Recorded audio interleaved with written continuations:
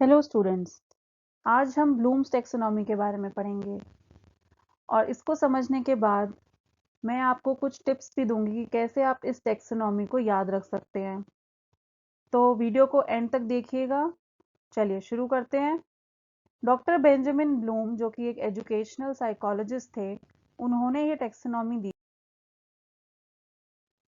और इन्होंने ये टैक्सोनॉमी दी थी ईयर 1956 में। टैक्सोनॉमी वर्ड का मतलब जान लेते हैं। टैक्सोनॉमी वर्ड का मतलब होता है क्लासिफिकेशन। किसकी क्लासिफिकेशन? लर्निंग की क्लासिफिकेशन, एजुकेशनल एक्टिविटीज की क्लासिफिकेशन। तो ब्लूम के हिसाब से लर्निंग को 3 डोमेन्स में हम क्लासिफाई कर सकते हैं। पहला है कॉग्निटिव डोमेन, दूसरा है अफेक्टिव डोमेन और तीसरा है साइकोमोटर डोमेन। कॉग्निटिव डोमेन, जैसा कि आप यहाँ देख सकते हैं पिक्चर में एक ब्रेन बना हुआ है। तो जो कॉग्निटिव वर्ड है ये भी माइंड से ही रिलेटेड होता है। जान लेते हैं कॉग्निटिव टर्म किससे रिलेटेड होती है? मेंटल प्रोसेसेस से। और कॉग्निटिव डोमेन की 6 कैटेगरीज दी हैं ब्लूम ने। तो 6 कैटेगरीज, ये ओरिजिनल कॉग्निटिव डोमेन है जो ब्लूम ने दिया था। सबसे पहली कैटेगरी इसमें है नॉलेज, उसके बाद है कॉम्प्रिहेंशन और उसके बाद है एप्लीकेशन, फिर है एनालिसिस, देन है सिंथेसिस और फिर है इवैल्यूएशन। अब इस कॉग्निटिव डोमेन को फिर से रिवाइज किया गया और इसमें कुछ चेंजेस किए गए। एक तो ये नॉलेज, कॉम्प्रिहेंशन, एप्लीकेशन, एनालिसिस के थोड़े वर्ब्स को, जो इनका फॉर्म है उसको बस चेंज कर दिया गया, मीनिंग सब सेम ही है। जो मेजर चेंज है वो यहाँ पे है कि सिंथेसिस को इवैल्यूएशन की जगह पे रख दिया गया और इवैल्यूएशन को सिंथेसिस की जगह पे रख दिया गया। अब इसको देख लेते हैं।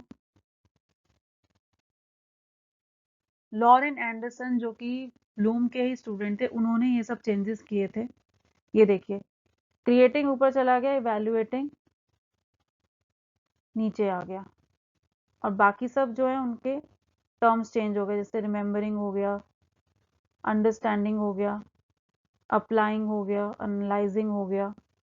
अब इसमें जो रिमेम्बरिंग है वो सबसे ज़्यादा सिंपल बिहेवियर है और जैसे जैसे कॉम्प्लेक्सिटी बढ़ती जाती है हम क्रिएटिंग तक पहुंच जाते हैं, जो कि सबसे ज़्यादा कॉम्प्लेक्स बिहेवियर है।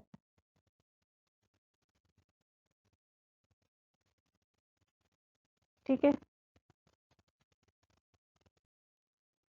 सबसे पहली कैटेगरी जो थी हमारी वो थी रिमेम्बरिंग।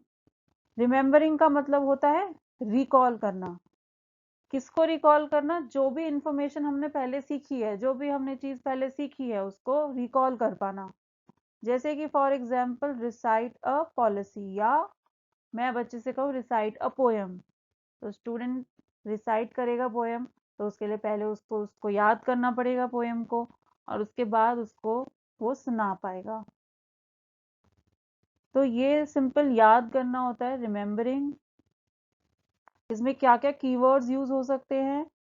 डिफाइन करने को कहा जाए अगर, तो वो तभी हो सकता है अगर आपको डेफिनेशन याद हो। कोई चीज़ अगर हम डिस्क्राइब करने को कहते हैं स्टूडेंट से, तो वो तभी कर पाएगा अगर उसको उसके बारे में, जिस चीज़ को डिस्क्राइब करने के लिए कहा गया उसके बारे में उसे याद हो। कुछ भी रिकॉल करने के लिए कहा जाए, तो इस तरह से कई सारे कीवर्ड्स दिए हैं ब्लूम ने। मैंने यहाँ पे थोड़े से ही मेंशन करे हैं जो मुझे इम्पोर्टेंट लगे। तो इस तरह से रिमेम्बरिंग पहली कैटेगरी हुई जो एकदम बेसिक है। इसके बाद इससे ज़्यादा कॉम्प्लेक्स आती है अंडरस्टैंडिंग। जब हम चीज़ों को याद कर लेते हैं तो उसको समझना भी ज़रूरी होता है। सिर्फ याद कर लेने से तो नहीं होता ना, समझना भी ज़रूरी है। तो समझने के लिए हमें उसका मीनिंग पता होना चाहिए, या उसको हम ट्रांसलेट कर पाएँ या इंटरप्रेट कर पाएँ, किसी भी जो टीचर इंस्ट्रक्शंस दे रहा है या कोई और दे रहा है, या कोई भी प्रॉब्लम को हम समझ पाएँ या प्रॉब्लम को अपने वर्ड्स में लिख पाए। For example, rewrite the principles of test writing. अब टेस्ट राइटिंग के प्रिंसिपल्स लिखने हैं, बच्चे ने याद तो कर लिए प्रिंसिपल्स, लेकिन अगर समझे हुए नहीं है तो वो कैसे लिख पाएगा? याद ही नहीं कर पाएगा बिना समझे। तो इसलिए अब अगर नेक्स्ट एग्जाम्पल देखें कि अपने वर्ड्स में एक्सप्लेन करना है स्टेप्स को, किसी कॉम्प्लेक्स टास्क को परफॉर्म करने के स्टेप्स को, तो एक्सप्लेन अपने वर्ड्स में करना है। अपने वर्ड्स में एक्सप्लेन तभी हो सकता है जब आपने उसको समझा हुआ हो। अगर आपने उसको सिर्फ रटा हुआ है तो जो आपने रटी रटाई लैंग्वेज है उसी में आप लिख देंगे। तो अपने वर्ड्स में एक्सप्लेन तभी कर सकते हैं जब आपने उसको अंडरस्टैंड किया हुआ है अच्छे से। तो इसमें क्या क्या कीवर्ड्स बनेंगे? Comprehends, distinguishes, explains, give an example. Example भी हम तभी दे पाते हैं जब हमें चीज अच्छे से समझ आ जाती है। अब नेक्स्ट है अप्लाइंग। अप्लाइंग का मतलब है यूज करना। किसी भी कॉन्सेप्ट को जो हमने क्लास में सीखा है या स्कूल में सीखा है उसको अब रियल लाइफ में यूज कर पाना। जो हमारे सामने प्रॉब्लम आ रही है उसको, उस कॉन्सेप्ट को जो हमने स्कूल में सीखा था उसको यूज करके उस प्रॉब्लम को सॉल्व कर पाना। मतलब जो भी सिचुएशन में हम आते हैं उसमें हम जो हमने सीखा है क्लासरूम में उसको हम वर्क प्लेस की सिचुएशन में, जब हम जॉब में जाते हैं वहां पे उसको यूज कर पाना, वो होता है अप्लाइंग। फॉर एग्जाम्पल, अगर आपने कुछ स्टैटिस्टिक्स के लॉज सीखे हैं, आपने उनको याद भी कर लिया, समझ भी लिया, लेकिन अब बारी है उनको किसी गिवन प्रॉब्लम को सॉल्व करने में यूज करने के लिए। तो अगर तो आप उसको यूज कर पाते हैं तो मतलब आप अप्लाई कर पा रहे हैं अपनी नॉलेज और अंडरस्टैंडिंग को। अब इसमें क्या क्या कीवर्ड्स हो सकते हैं? कंप्यूट्स, अप्लाइज, डेमोन्स्ट्रेट कर पाना, कुछ करके दिखाना, मॉडिफाई करना, कुछ चेंज कर पाना, सॉल्व, किसी प्रॉब्लम को सॉल्व करना, कोई चीज यूज करके दिखा पाना।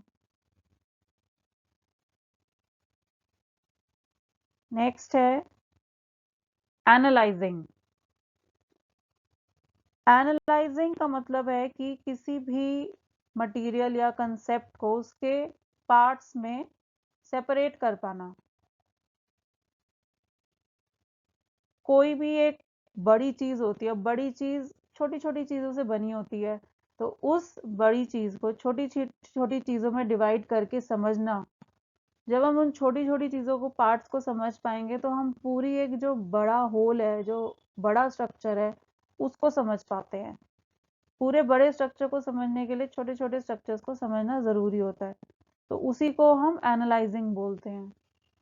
फैक्ट्स और इन्फरेंसेस में डिस्टिंग्विश कर पाना, ये भी एक एनालाइज करने का ही तरीका है। फॉर एग्जाम्पल, कि कोई इक्विपमेंट है वो खराब हो गया है और उसको ठीक करना है, तो उसमें जो प्रॉब्लम निकालनी है कि क्या उसमें खराबी हुई है, उसके लिए हमें उसके पार्ट्स के बारे में पता होना चाहिए।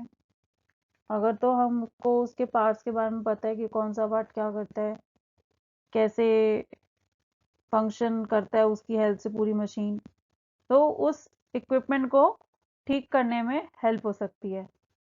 तो इस तरह से जो कीवर्ड्स अब बनेंगे वो बनेंगे analyses, breaks down, compares, diagrams, contrast मतलब डिफरेंस करना, डिस्टिंग्विश करना या सिलेक्ट करना।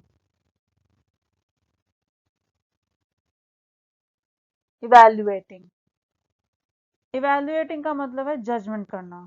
अपनी हम जजमेंट करते हैं कुछ भी, किसी भी आइडिया के बारे में, किसी भी मटेरियल के बारे में। फॉर एग्जाम्पल, अगर मेरे को कुछ कैंडिडेट्स के इंटरव्यू लेने हैं और अपनी कंपनी के लिए कोई इंटरव्यू जो देने आए हैं उनको सिलेक्ट करना है उसमें से किसी एक को, तो मैं अपनी जजमेंट के अकॉर्डिंग कि हाँ ये कैंडिडेट अच्छा है या ये अच्छा नहीं है, उसके हिसाब से हायर करूंगी। जो मुझे सबसे ज़्यादा क्वालिफाइड लगेगा उसको मैं हायर कर लूंगी। तो वो मेरी अपनी जजमेंट है अच्छे बुरे की। तो इस तरह से जब बच्चों को अगर क्वेश्चन दिया जाता है कि आप अपने आप से बताइए कि आपको ये चीज़ सही लगती है या गलत लगती है, अगर सही लगती है तो क्यों लगती है और गलत लगती है तो क्यों लगती है, तो उसमें क्वेश्चन में लिखा होता है जस्टिफाई और आंसर। तो जस्टिफाई का यही मतलब होता है कि अगर आप हाँ में जवाब दे रहे हैं तो आपको ये बताना है कि आप क्यों दे रहे हैं, और अगर नो में दे रहे हैं तो क्यों दे रहे हैं। तो इसलिए यहाँ पे कीवर्ड्स बनेंगे justifies, summarises, concludes, compares, describes. Next है क्रिएटिंग। क्रिएटिंग हमें पता ही है कुछ नया बनाना। तो इसमें हम जैसे कोई पार्ट्स हैं उनको कंबाइन करके कुछ नया बना रहे हैं, जो भी हमारे पास अवेलेबल रिसोर्सेज है, जो भी मटेरियल है उसको कंबाइन करके कुछ नया बनाना, क्रिएटिंग अ न्यू मीनिंग और स्ट्रक्चर। तो इसमें क्या हो सकता है एग्जाम्पल कि एक नई मशीन बनाना, कोई पर्टिकुलर टास्क परफॉर्म करने के लिए एक पूरी नई मशीन बनाना। इसमें कीवर्ड्स क्या क्या हो सकते हैं, कंपोजेस, जनरेट्स, मॉडिफाइज, रीअरेंजेस, रिकंस्ट्रक्ट्स, रीराइट्स। नेक्स्ट है अफेक्टिव डोमेन। यहाँ पे आप ये देख सकते हैं पिक्चर, इसमें इतने सारे अलग अलग इमोशंस दिख रहे हैं। देखते हैं अफेक्टिव वर्ड का क्या मतलब है। अफेक्टिव वर्ड जो रिलेटेड है वो किस चीज से है, इमोशन से। इसमें क्या क्या इंक्लूड हो जाता है, फीलिंग्स आ जाती हैं, वैल्यूज, एप्रिसिएशन, एंथुसियाज्म। एंथुसियाज्म मतलब बहुत ज्यादा एनर्जी किसी चीज को करने की, मोटिवेशन, एटीट्यूड्स। इसमें 5 मेजर कैटेगरीज हैं।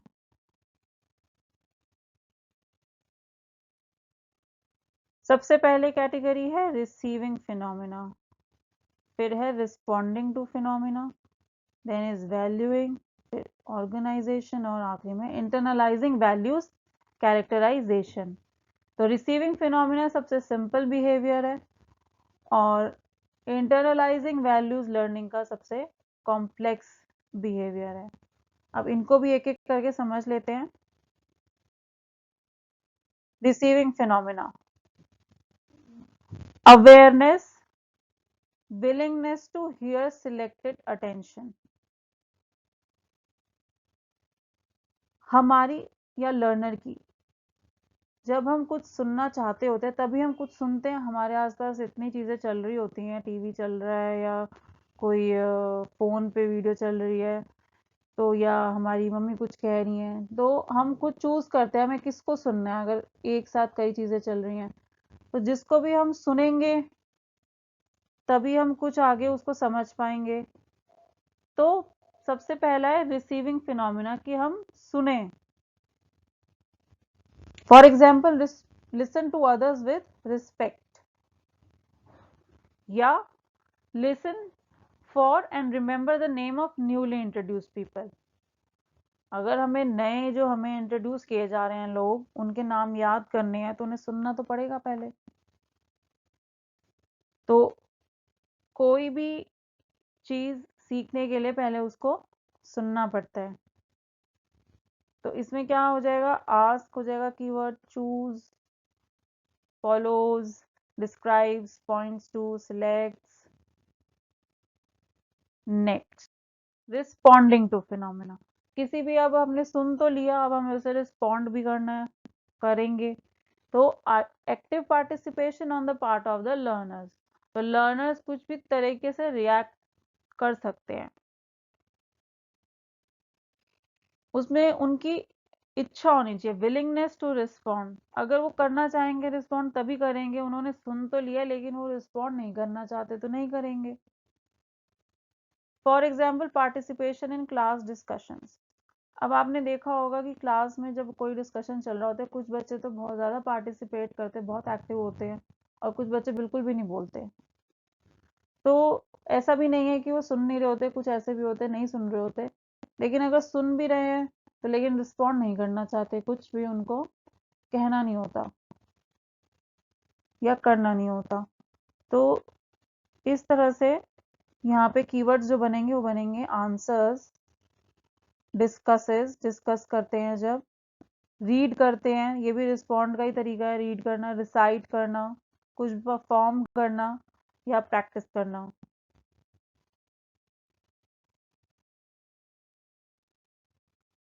नेक्स्ट है वैल्यूइंग।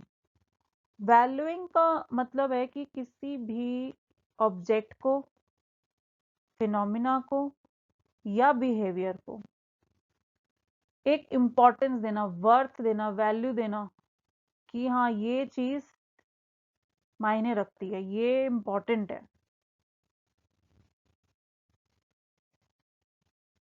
तो इसमें क्या एग्जाम्पल हो जाएगा, demonstrate belief in democratic process. अब स्कूल में सिखाई जाती हैं डेमोक्रेटिक वैल्यूज, हम एक डेमोक्रेटिक कंट्री में रहते हैं तो डेमोक्रेटिक वैल्यूज सिखाई जाती हैं बच्चों को। तो बच्चे अगर इंटरेस्ट दिखाते हैं डेमोक्रेटिक बिलीफ में, अपना इंटरेस्ट दिखाते हैं, तो वो डेमोक्रेटिक वैल्यू की को समझते हैं, उसको इम्पोर्टेंस देते हैं, तो वो अपने अंदर उनके भी ये वैल्यू आ जाती है।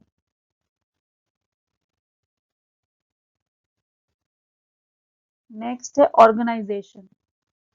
अब जब कई सारी वैल्यूज हो जाती हैं तो कई बार वैल्यूज के बीच में आपस में कॉन्फ्लिक्ट भी हो जाता है। तो ऑर्गेनाइज में क्या होता है कि हम प्रायोरिटाइज करते हैं वैल्यूज को, कि ये वैल्यू ज्यादा जरूरी है, ये उससे कम जरूरी है, या ये उससे कम जरूरी है। तो इससे एक वैल्यू सिस्टम बन जाता है, create a unique value system. For example, एक नीड है फ्रीडम के बीच में और रिस्पॉन्सिबल बिहेवियर के बीच में। अब इसमें कुछ हमें बैलेंस बनाना है। कैसे बनाएंगे, फ्रीडम भी चाहिए और रिस्पॉन्सिबिलिटी भी होनी चाहिए बिहेवियर की। तो किसको ऊपर रखेंगे, फ्रीडम को ऊपर रखेंगे कि रिस्पॉन्सिबल बिहेवियर को, उसमें बैलेंस कैसे मेंटेन करेंगे। तो इस तरह से ऑर्गेनाइजेशन होती है वैल्यूज की। इसमें क्या कीवर्ड्स हो सकते हैं, completes, formulates, organises, prepares, modifies. Next है इंटरनलाइजिंग वैल्यूज, कैरेक्टराइजेशन। अब जब हमने थोड़ा बैलेंस बना लिया, वैल्यूज के बीच में कॉन्फ्लिक्ट को हमने रिजॉल्व कर लिया, तो एक वैल्यू सिस्टम बन गया। और वो वैल्यू सिस्टम जो बन गया है वो क्या करता है, हमारे बिहेवियर को कंट्रोल करता है। अब वो वैल्यू सिस्टम हमारे बिहेवियर में शो होता है। तो जब हम एक्ट करते हैं, कुछ डिस्प्ले करते हैं, मतलब कि किसी तरह का बिहेवियर शो करते हैं, प्रैक्टिस करते हैं, क्वेश्चन करते हैं, कुछ भी वेरीफाई करते हैं या सॉल्व करते हैं, तो उसमें हमारा बिहेवियर दिखता है। इसमें क्या एग्जाम्पल हो सकता है कि कोऑपरेशन शो करना इन ग्रुप एक्टिविटीज। कई बार ग्रुप वर्क दिया जाता है स्टूडेंट्स को, कोई स्टूडेंट्स पार्टिसिपेट ही नहीं करते ग्रुप में या कोऑपरेट नहीं करते दूसरे मेंबर्स के साथ, तो उससे उनकी बिहेवियर के बारे में पता लगता है, बिहेवियर से उनके वैल्यूज के बारे में पता लगता है कि वो सोशल हैं नहीं है, या फिर वो कोऑपरेट करना नहीं पसंद करते। तो इस तरह से कैरेक्टराइजेशन होती है। अब इन सबको याद कैसे रखना है सारी कैटेगरीज को, ये मैं आपको इस वीडियो के एंड में बताऊंगी। Psychomotor domain. साइकोमोटर वर्ड जो है वो फिजिकल स्किल्स है। फिजिकल स्किल्स, इसमें क्या क्या इंक्लूड होता है, मूवमेंट्स, किस तरह की फिजिकल मूवमेंट्स, कोऑर्डिनेशन उनके बीच में, मोटर स्किल एरियाज, ये सब। इसमें होती है 7 कैटेगरीज, इसी में सबसे ज्यादा कैटेगरीज है। सबसे पहली कैटेगरी है परसेप्शन। अगेन ये सबसे ज्यादा सिंपल बिहेवियर है और धीरे धीरे वो जो कॉम्प्लेक्सिटी है वो बढ़ती जा रही है, और ओरिजिनेशन सबसे ज्यादा कॉम्प्लेक्स बिहेवियर है। तो परसेप्शन के बाद आता है सेट, फिर है गाइडेड रिस्पॉन्स, उसके बाद मैकेनिज्म, कॉम्प्लेक्स ओवर्ट बिहेवियर, फिर अडेप्टेशन और फिर ओरिजिनेशन। अब इनको भी एक एक बार समझ लेते हैं। परसेप्शन यानी कि awareness, ability to use sensory cues to guide motor activity. हमारे जो सेंस ऑर्गन्स होते हैं 5, पता ही होंगे आप सबको, उनसे क्यूज लेकर यानी कि उनसे उनके थ्रू, उनकी हेल्प से कुछ भी मोटर एक्टिविटी यानी कोई फिजिकल मूवमेंट होना, तो वो होता है परसेप्शन। फॉर एग्जाम्पल कि डिटेक्ट करना नॉन वर्बल कम्युनिकेशन क्यूज, जब हम कोई स्पीकर होता है, कोई कुछ बोल रहा है, तो हम उसकी बॉडी लैंग्वेज रीड कर लेते हैं, हम देखते हैं उसकी बॉडी को, कैसे वो अपनी बॉडी को मूव कर रहा है, कैसे उसकी हैंड्स की क्या पोजीशन है, उसका पोस्चर कैसा है, उससे हम कुछ कुछ आइडिया लगा लेते हैं उसके बारे में कि वो इंटरेस्टेड है कि नहीं है हमारी बात सुनने में, या वो जो कह रहा है कितने कॉन्फिडेंस से कह रहा है, थोड़ा बहुत पता लग जाता है। तो इस तरह से हम सेंसेस यूज करके किसी को देख के, अब यहाँ पे तो हमने आईज का सीइंग जो सेंस होती है, आईज की जो सेंस ऑर्गन से हम जो देखते हैं, उससे जो हमारे अंदर मोटर एक्टिविटी होती है, कोई हम लेट्स से कोई बहुत ही सुंदर सी कोई चीज देखते हैं तो हमें उसको उठाने का मन करता है, हम हो सकता है उसको आगे बढ़ के उठाएं, तो उससे बॉडी में एक मूवमेंट हुई। जैसे छोटे बच्चे होते हैं 0 से 2 इयर्स के एज के, वो क्या करते हैं, उनको जो चीज दिखती है उनको वो उठाने का मन करता है, तो वो कोऑर्डिनेट करना सीख रहे होते हैं अपने सेंसेस और मोटर एक्टिविटी के बीच में। नेक्स्ट है सेट, यानी कि रेडीनेस टू एक्ट। अब जब हमने कुछ देख लिया, हमने अपनी सेंसेस से कुछ या फिर स्मेल कर लिया, अब हम कुछ करना चाहेंगे, हमें जब बहुत अच्छी खुशबू आती है खाने की तो हमें खाने का मन करता है, वी वांट टू ईट।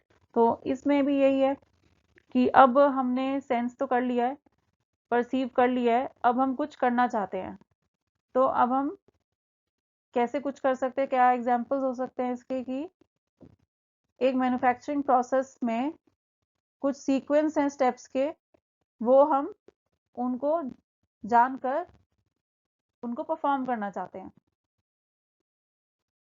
इसमें क्या क्या कीवर्ड्स हो सकते हैं, begins, displays, explains, moves, proceeds.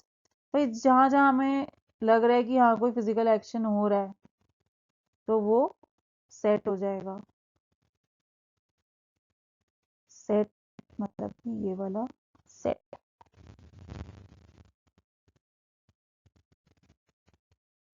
Next, तो अर्ली स्टेजेस में गाइडेड रिस्पॉन्स होता है, ये देखो अर्ली स्टेजेस। उसके बाद इंटरमीडिएट स्टेज में मैकेनिज्म होता है। इसमें क्या होता है, हम हैबिचुअल हो जाते हैं कुछ भी करने के, जो हम स्किल जो भी हम हमारे अंदर डेवलप हो रही है, जो भी हम सीख रहे हैं, वो स्किल अब हमारी हैबिट बन चुकी होती है। जैसे कि एक पर्सनल कंप्यूटर को यूज करना या कार ड्राइव करना।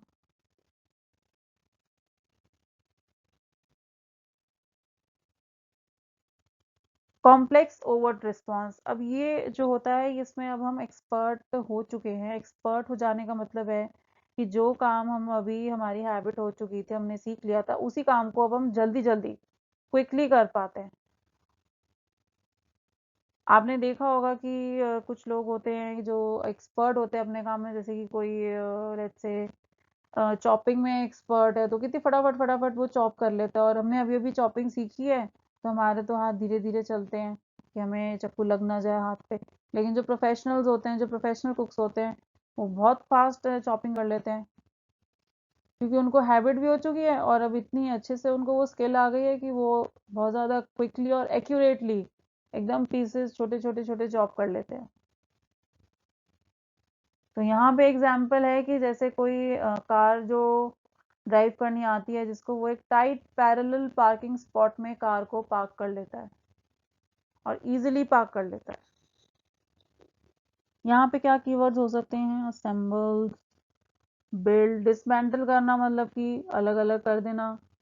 जैसे किसी कोई गाड़ी है, गाड़ी के कोई टॉय कार है, मतलब उसको बच्चे कई बार करते हैं ना, पेचकस उनको मिल जाता है, वो खोल के रख देते हैं उसको सारा, तो वो होता है डिसमेंटल करना। Mends, measures, mixes, sketches.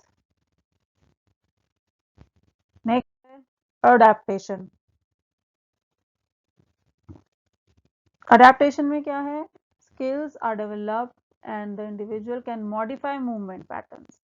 इसमें क्या है कि अब हमने कुछ सीख लिया है, लेकिन अब हम उस मूवमेंट को मॉडिफाई कर लेते हैं। क्यों कर लेते हैं? क्योंकि जो स्पेशल रिक्वायरमेंट्स है उसमें हमें फिट होना है, तो इसलिए हम मॉडिफाई कर लेते हैं। फॉर एग्जाम्पल, टीचर कुछ सिखा रहा है बच्चे को, अब बच्चे को नहीं समझ आ रहा है, तो टीचर क्या करेगा? अपना लर्निंग का जो मेथड है या जो टीचिंग का जो स्ट्रेटजी है, टीचिंग मेथड है, उसको थोड़ा मॉडिफाई कर देगा, उसको थोड़ा चेंज कर देगा, पढ़ाने का तरीका अपना बदल लेगा और लर्नर को फिर समझ आ जाएगा। तो वो होता है मॉडिफाई करना। यहाँ पे क्या कीवर्ड्स हो सकते हैं? अडैप्ट्स, ऑल्टर्स, चेंजेस, रीअरेंजेस, रीऑर्गेनाइजेस और रिवाइजेस। इसके बाद है ओरिजिनेशन। ओरिजिनेशन में क्या होता है कि नए मूवमेंट पैटर्न्स बनते हैं। नए मूवमेंट पैटर्न्स बनते हैं किसी भी पर्टिकुलर सिचुएशन में फिट होने के लिए, कोई भी स्पेसिफिक प्रॉब्लम को सॉल्व करने के लिए। इसमें क्या एग्जांपल्स हो सकते हैं? एक नई थ्योरी बनाना, पूरी एक नई थ्योरी बना देना, ये एक ओरिजिनेशन का एग्जाम्पल है। या कोई एक जिम्नास्टिक रूटीन बना लेना नया। इसमें क्या कीवर्ड्स हो सकते हैं? अरेंज करना, अरेंज करके कुछ नया बना देना, बिल्ड करना, कुछ नया बिल्ड करना, कंपोज करना, जैसे म्यूजिक कंपोज करना होता है नया, कंस्ट्रक्ट करना, क्रिएट करना कुछ नया, डिजाइन बनाना नया, मेक्स कुछ भी बनाना नया, ओरिजिनेट्स। अब आते हैं मेमोराइजिंग टिप्स पे कि कैसे हम सारी कैटेगरीज को याद रखें। तो इसमें मैंने कुछ एग्जांपल्स के थ्रू याद कराने की आपको कोशिश करी है। I hope it helps. Cognitive domain को देखिए कैसे याद कर सकते हैं कि एक एग्जांपल ले लेते हैं मैथ्स के फॉर्मूले का, कि सबसे पहले तो आपको टीचर यही कहते हैं कि मैथ्स का फॉर्मूला याद कर लीजिए। अगर तो आपने मैथ्स का फॉर्मूला याद किया हुआ होगा तब तो आप प्रॉब्लम सॉल्व कर पाएंगे, नहीं तो अगर आपको फॉर्मूला ही नहीं याद होएगा तो फिर तो कैसे सॉल्व होएगी प्रॉब्लम। तो सबसे पहला स्टेप होता है यहाँ पे मेमोराइज करना। मैथ्स का फॉर्मूला हमने मेमोराइज करा, यानी कि रिमेम्बरिंग।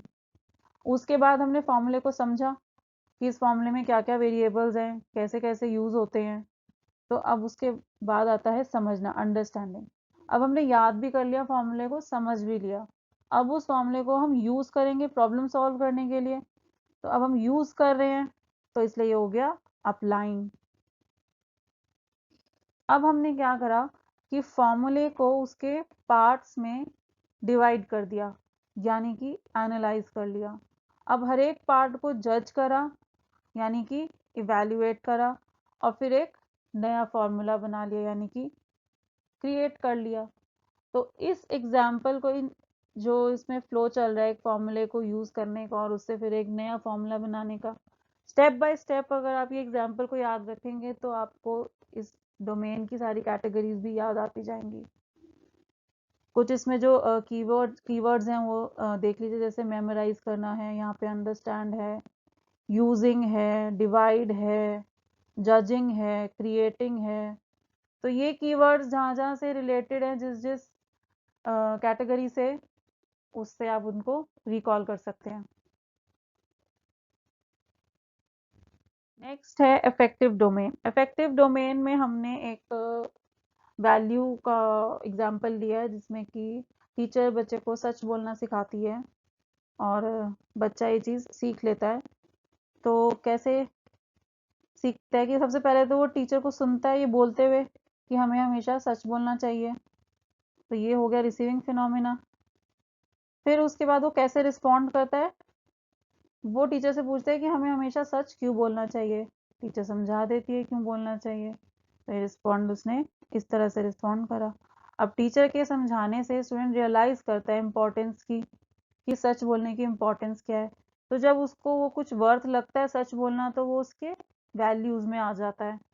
अब एक बार उसके पास सिचुएशन आती है कि उसको लगता है कि सच बोलना उसको मुश्किल लगता है और उसको लगता है कि क्या मैं झूठ बोल दूं।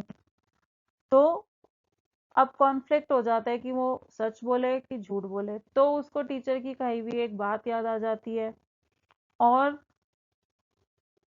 वो ये कॉन्फ्लिक्ट रिजॉल्व करने में उसको हेल्प हो जाती है कि टीचर उसको ये एक्सप्लेन करा होता है कि सच हमेशा बोलना चाहिए, लेकिन कभी कभी झूठ बोलना पड़ता है। अगर हमें लगता है कि हमारे सच बोलने से किसी का दिल दुखेगा, तो हम झूठ बोल सकते हैं।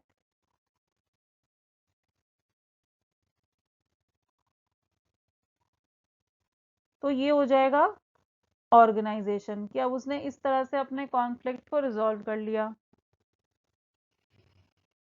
तो अब उसका जो बिहेवियर है सच बोलने का, वो शो होने लगा। वो हो गया इंटरनलाइजिंग वैल्यूज। मतलब अब उसका एक कैरेक्टर बिल्डअप हो गया, उसकी वैल्यू सिस्टम में ये वैल्यू ऐड हो गई कि मुझे सच बोलना चाहिए। तो इसमें भी सब कीवर्ड्स आप देख सकते हैं, लिसन, रिस्पॉन्ड, इम्पोर्टेंस, कॉन्फ्लिक्ट और shows in the behaviour, shows. तो इस तरह से आप इसको भी याद कर सकते हैं कि पहले रिसीव करेंगे यानी लिसन करेंगे, फिर रिस्पॉन्ड करेंगे, फिर वैल्यू देंगे यानी कि इंपॉर्टेंस देंगे, फिर उसके बाद कोई कॉन्फ्लिक्ट होगा वैल्यूज में तो उसको रिजॉल्व करेंगे, प्रायोरिटाइज करेंगे वैल्यूज को, और फिर इंटरनलाइज कर लेंगे वैल्यूज को, तो कैरेक्टराइजेशन हो जाएगा।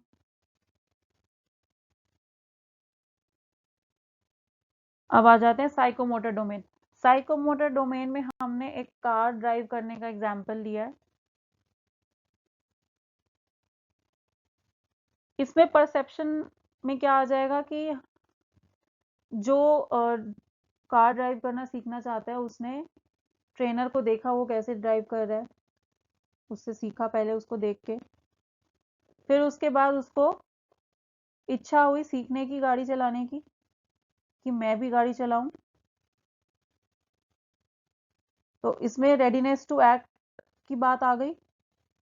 उसके बाद हो गया गाइडेड रिस्पॉन्स, कि उसने गाड़ी चलानी शुरू करी, उसने कुछ मिस्टेक्स करी, ट्रायल एंड एरर से उसने सीखा। फिर मैकेनिज्म में क्या आ जाएगा, अब उसने सीख लिया है तो अब उसकी हैबिट हो गई है, वो डेली ड्राइव करता है, उसको गाड़ी चलानी अच्छे से आ गई है। तो कॉम्प्लेक्स ओवर्ट रिस्पॉन्स में क्या हो गया, क्विकली वो और एक्यूरेटली क्या कर पा रहा है, टाइट पैरेलल पार्किंग स्पॉट में गाड़ी पार्क कर पा रहा है, और वो भी जल्दी से, एक्यूरेटली और इजीली। तो ये हो गया एक एक्सपर्ट रिस्पॉन्स। फिर हो जाता है अडेप्टेशन। अडेप्टेशन में क्या हो रहा है, मॉडिफाई कर रहे हैं मूवमेंट को। अब उसने अपनी ड्राइविंग में जो जो उसकी मूवमेंट्स होती हैं उसमें थोड़ा मॉडिफाई करा, तो वो अब पहाड़ों पे भी गाड़ी चला पा रहा है। पहले तो वो सिर्फ प्लेन्स पे चला पा रहा था, अब वो पहाड़ों पे भी चला पा रहा है। लास्ट है ओरिजिनेशन, जिसके अंदर की कोई नया मूवमेंट पैटर्न बनता है। इसको आप ऐसे ही याद रख लीजिए, एक ये एक नया, ओरिजिनेट का मतलब ही होता है कि कुछ नया पैदा होना, नया बनना। तो क्रिएट न्यू मूवमेंट पैटर्न। तो इस तरह से इसमें जो कुछ कीवर्ड्स आ जाएंगे वो ये आ जाएंगे, सी हो गया, वांट टू ड्राइव में ये एक्ट हो गया, मिस्टेक से ट्रायल एंड एरर हो गया, हैबिट हो गई फिर ड्राइव करने की, उसके बाद क्विकली और एक्यूरेटली पार्किंग स्पॉट में पार्क कर लिया, फिर मॉडिफाई करके पहाड़ों पे भी चलाना सीख लिया। तो इस तरह से आप इन कीवर्ड से हर एक कैटेगरी को रिलेट करके याद रख सकते हैं। आई होप आपको ये लेक्चर यूज़फुल लगा हो। अगर आपको मेरी वीडियो अच्छी लगी हो तो प्लीज़ इसको लाइक करिए और इस तरह की और वीडियोस के लिए मेरे चैनल को ज़रूर सब्सक्राइब करिए। Thank you.